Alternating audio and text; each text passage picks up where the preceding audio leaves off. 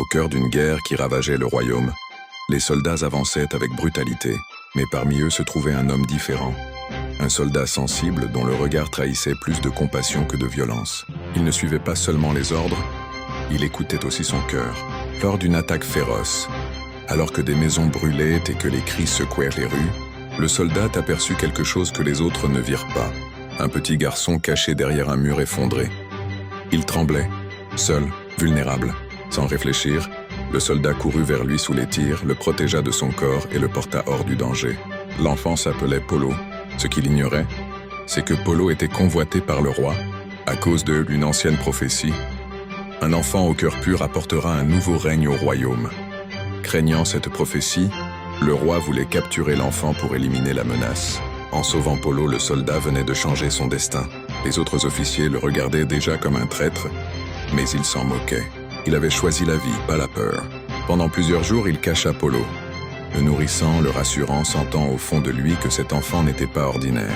Une nuit, Dieu fit plonger Polo dans un profond sommeil. Le roi violet enveloppa et une voix majestueuse lui bouleversée et raconta tout aux soldats. Sans hésiter, le soldat prépara leurs affaires et répondit simplement « Si Dieu parle, nous devons obéir ». Ils quittèrent la ville en secret, guidés seulement par la foi et la prudence. Ils marchèrent longtemps, traversant forêts, montagnes et villages. Je suis là. Les années passèrent. Polo grandit en sagesse, en force et en foi. Le soldat resta son protecteur, son guide, presque un père. Chaque matin, il s'entraînait. Sur les sentiers bordés d'arbres, il courait avec détermination. Son visage sérieux montrait qu'il restait prêt à défendre Polo, même au prix de sa vie.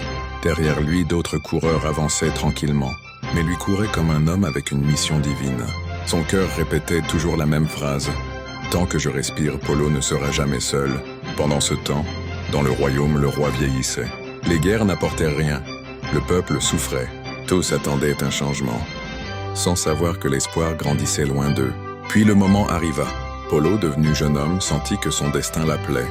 Le vieux roi était affaibli et le royaume au bord du chaos. Accompagné du soldat, Polo retourna vers la ville qu'il avait fui enfant. Le peuple, en le voyant, sentit quelque chose de différent. Un jeune homme humble, courageux, porteur d'une lumière nouvelle. Les portes du palais s'ouvrèrent sans résistance. La prophétie venait de s'accomplir. Polo fut couronné roi. Devant toute la nation, il posa sa main sur l'épaule du soldat et déclara « Si aujourd'hui je me tiens ici, c'est parce qu'un homme a choisi de sauver un enfant plutôt que d'obéir à la peur. » Le soldat humble baissa les yeux. Il n'avait jamais cherché la gloire. Il avait simplement choisi de protéger la vie. Ainsi l'enfant traqué devint roi. Et le soldat sensible resta pour toujours à ses côtés, fidèle, courageux et prêt à défendre le royaume comme il avait défendu Polo.